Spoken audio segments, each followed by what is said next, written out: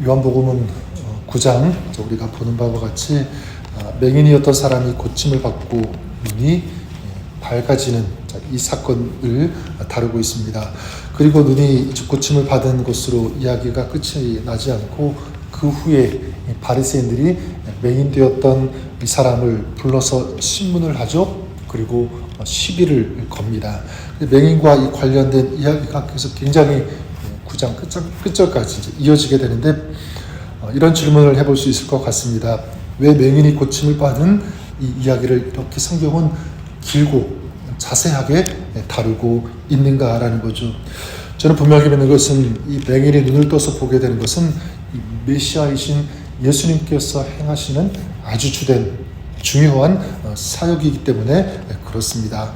마태복음 11장 5절에 그 메시아로 오신 그 예수님께서 행하시는 그 사역에 대해서 소개하고 있는데 이렇습니다. 맹인이 보며 못 걷는 사람이 걸으며 나병 환자가 깨끗함을 받으며 못 듣는 자가 들으며 죽은 자가 살아나며 가난한 자에게 복음이 전파된다 하라.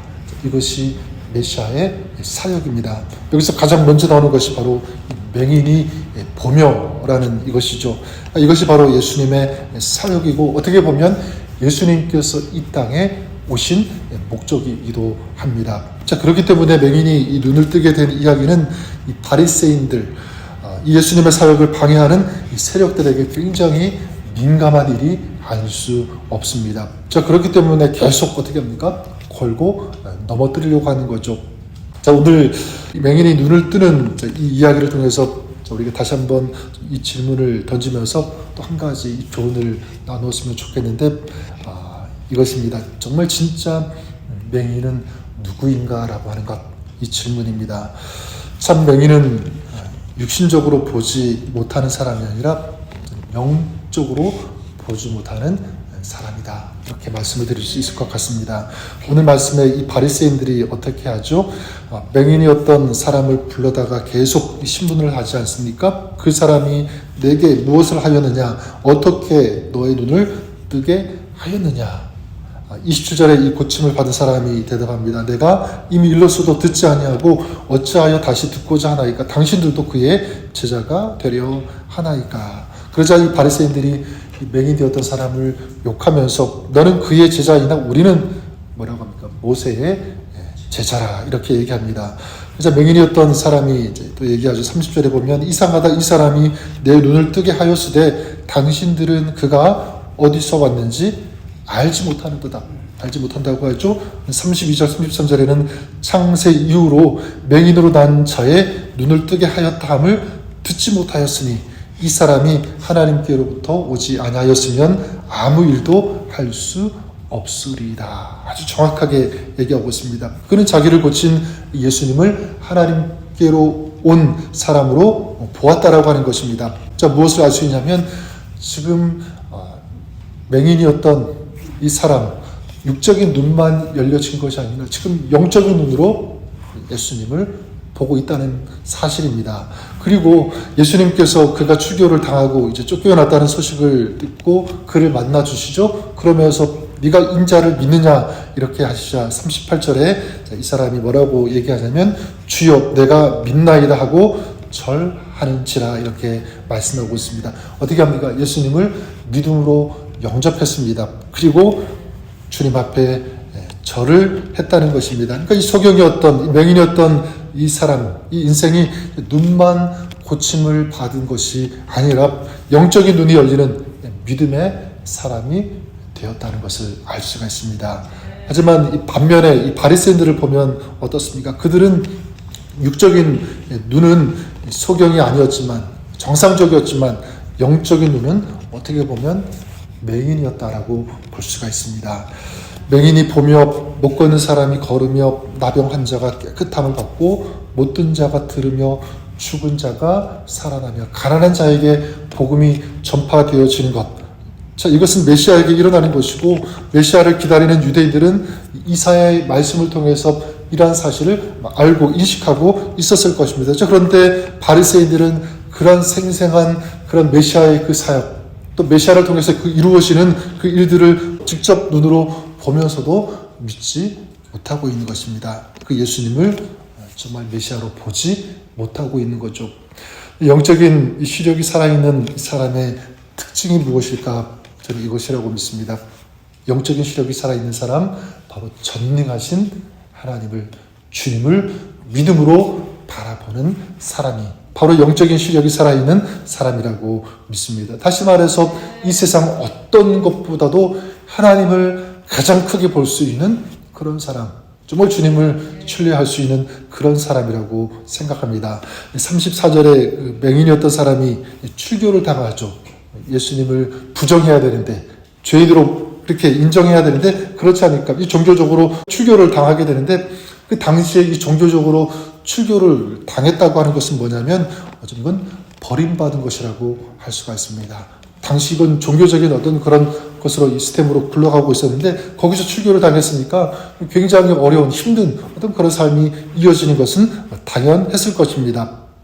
근데 여러분, 이 맹인이었던 사람이 바리새인들이 원하는 그 대답을 해줬다면 반대로 어떻게 되었겠습니까?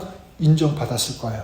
눈만 다시 보게 된 것뿐만 아니라 사회적으로도 대접을 받는 어떤 그런 삶을 살 수 있었을 것입니다.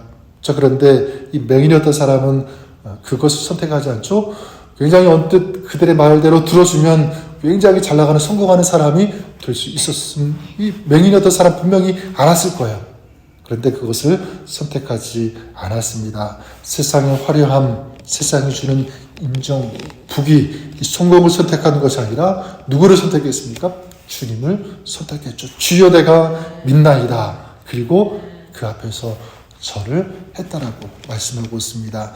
맹인이었던 사람은 세상의 권력자를 향해서 엎드리지 않고 바로 주님이신 예수님에게 엎드렸다는 사실입니다. 다시 말해서 주님을 믿는 삶, 그리고 주님을 따르는 삶, 또 주님을 기쁘시게 하는 삶, 이것을 선택했다라고 하는 사실입니다. 저는 저 여러분 우리들이 그럴 수 있기를 바랍니다. 이 영적인 눈이 살아있는 그런 그리스도인, 그런 믿음의 사람, 여러분 우리 신앙인에게 있어서 정말 중요한 능력이 되는 것이 무엇일까? 여러 가지가 있겠지만 저는 가장 중요한 것 바로 영적인 시력이라고 믿습니다. 믿음의 눈을 가지고 살아가는 것, 바로 이것입니다. 이 믿음의 눈이 있으면 여러분 실망할 수밖에 없는 그런 상황, 또 낭망할 수밖에 없는 그런 상황 가운데도 낭망하지 않고 실망하지 않을 수 있다고 믿습니다. 믿음의 눈으로 주님을 보니까 그래요. 또 믿음의 눈으로 보면 당장 눈앞에 있는 것만 보지 않고 멀리 우리 하나님께서 이루실, 행하실 그것들을 바라볼 수 있기 때문에 그렇습니다. 바로 이 믿음의 눈이 있는 사람, 바로 그런 능력이 있는 사람이 되는 거죠. 이 성경에 보면 요셉이 그랬다고 저는 생각합니다. 우리가 아는 바와 같이 형들에 의해서 이 종으로 애굽에 팔려가지 않았습니까? 거기서 또 누명을 쓰고 감옥에도 갇히는 정말 힘든 어떤 절망스러운 그런 시간을 계속 이제 보내게 되는데, 그런 어렵고 힘든 이 절망스러운 상황을 어떻게 극복합니까? 보디발의 집에서 열심히 일하고 또 감옥에서도 참고 인내할 수 있는 그 힘이 어디에서 나왔는가?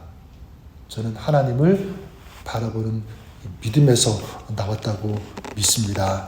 지금의 이 시련의 시간들을 통해서 하나님께서 반드시 하나님의 그 선하시고 아름다운 뜻을 이루어 가실 거야. 나는 그 하나님을 신뢰, 나는 그 하나님을 바라볼 거야. 끝까지. 이런 믿음의 눈이 있었기 때문에, 또 이 믿음으로 하나님을 바라보았기 때문에 그는 그런 절망스러운 어두운 상황을 통과할 수 있었고 극복할 수 있었고 이겼다고 믿습니다.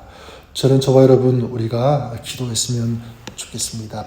오늘 우리가 기도할 때 하나님, 저의 믿음의 눈을 열어 주시옵소서. 육적인 눈은 좋으나 영적인 눈은 닫힌 채로 살아가는 사람들 얼마나 많이 있습니까? 그런 사람이 아니라 비록 육적인 눈은 설사 좋지 못하고 할지라도 그러나 영적인 눈은 밝아서 더 좋아서 정말 주님을 바라보며 소망하며 또 믿음으로 주님 앞에 더 가까이 나아갈 수 있는 그런 사람. 오늘도 믿음으로 주님을 바라보면서 또 여러분들이 믿음으로 주님을 신뢰하면서 기도하면서 주님과 동행하는 그런 진정한 믿음의 삶을 살아가는 오늘 하루 또 여러분의 평생의 삶이 그렇게 될 수 있기를 우리 주님의 이름으로 간절히 축원합니다. 하나님께서 동행하여 주심을 믿습니다.